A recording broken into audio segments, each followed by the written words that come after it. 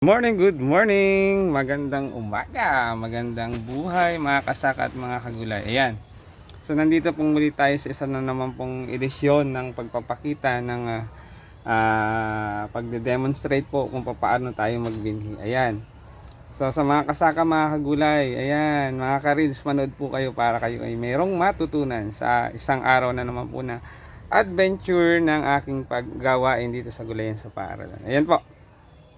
So magbibinhi or magpapatubo tayo ng pinagpapawisan yung inyong magpapatubo po tayo ng sigarilyas. Ayan.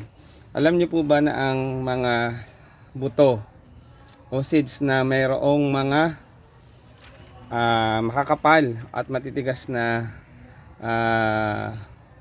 balat ng buto ng or seeds ng mga gulay ay ibinababad muna bago itanim o ilagay sa mga seedling tray or sa mga punlaan. Tulad po nito. Ito po ay buto ng sigarilyas. So ito po ay natutunan ko sa mga seminars, training na ina-attendan ko. So ang ginagawa po natin, kasi po ito ay sobrang kapal ng o may makapal na balat o yung kanyang coating po ng kanyang seeds ay mahirap o matagal siyang tumubo. So para mabilis siyang tumubo o mag-germinate, ibinababad po natin yan sa tubig. Ayan, tulad po nito.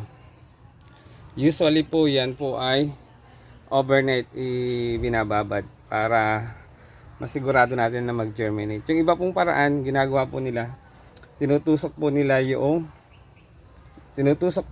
ng karayom. Yung pinakang ito, yung opening ng kanyang seeds. O para siya ay mabilis na mag-germinate. Pero ngayon po, ang ginawa ko po, ibinabad ko po muna yan sa tubig. Siyempre, kailangan po naka-ready na rin po natin yung ating seedling tray or yung ating seed box kung wala mang seedling tray. Ayan. So, ngayon po ay gawin na natin. O, sana po ay meron kayong natutunan at matutunan sa aking mga ginagawa dito sa aming gulayan sa paaralan. O, ayan po. So, isa-isa po nating ilalagay sa mga butas ng seedling tray etong mga buto or seeds ng sigarilyas para sa ganon mabilis po siyang mag-germinate. Ayan. So ilagay na po natin sa bawat seedling tray or sa bawat butas ng seedling tray. Ayan. Siyempre pagkatapos po didiligin din natin. Ayan. So ibinabad ko po yan mga siguro ito ay mga isang oras ang nakababad. Ayan, huwag po natin masyado siyang ipapakalubog doon sa lupa. Ayan, kasi po pagka sobrang lalim naman po ang inyong paglalagay doon sa pagtataniman o seedling box or seedling tray, baka talaga pong hindi siya tumubo. Ayan. Usually po kapag kung gaano kalaki yung buto, doble lang po nun ang lalim. Halimbawa ito po. Ayan, doble sa laki nito yung lalim ng hukay na gagawin mo dun sa lupa o dun sa taniman. Ayan. So sana po ay meron kayong natutunan. Ayan. Sa pagtatanim, sa pagpunla, ito, pagpupunla po yung aking ginagawa. So ire-ready ko na po to para mataniman po namin yung area na kung saan magtatanim kami ng mga halamang gumagapang or yung mga creeping vegetable, creeping plants. Ayan, so sana po ay meron kayong natutunan sa aking video or reels. Kung nagustuhan nyo po, pa-like and share and mag-comment po kayo dyan sa comment section. Kung meron po kayong mga katanungan, i-comment nyo lang po dyan sa comment section.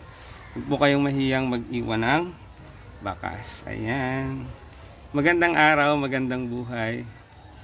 Mabuhay po tayong lahat. Ayan. Shout out sa ating mga team Krung Kaway, sa ating mga ka-reels at kasak at kagulay. Ayan. Ito po, manood po kayo hanggang sa dulo para meron po kayong konting matutunan sa aking ginagawa. Thank you for watching. Ayan. Maraming salamat po sa panonood. Kung kayo po ay may mga suggestion or may mga tanong, i-comment nyo na lang po dyan sa comment section. Yan. So, isa na naman po itong aktibidad or activities na ginagawa ko dito sa Gulayan sa Paaralan. Ayan. Ayan po yung mga seeds ng sigarilyas. Ayan. Tumutulo ang pawis ng inyong lingkod. Pinagpapawisan. So, sarap pong pagpawisan kapag ganitong umaga. Ayan. Magandang araw. Ayan po. Maraming salamat sa pananood. Thank you for watching. At sana po ay meron kayong konting natutunan. Ayan. Ito po ang inyong lingkod, ang Maestro Panadero Galana, nagsasabing magandang araw, magandang buhay. Stay positive po tayong lahat. Stay safe. Good health and God bless us all. Ayan. Yung mga hindi pa po nakapollow, mag-follow na at mag-iwan po kayo ng wakas. Thank you for watching.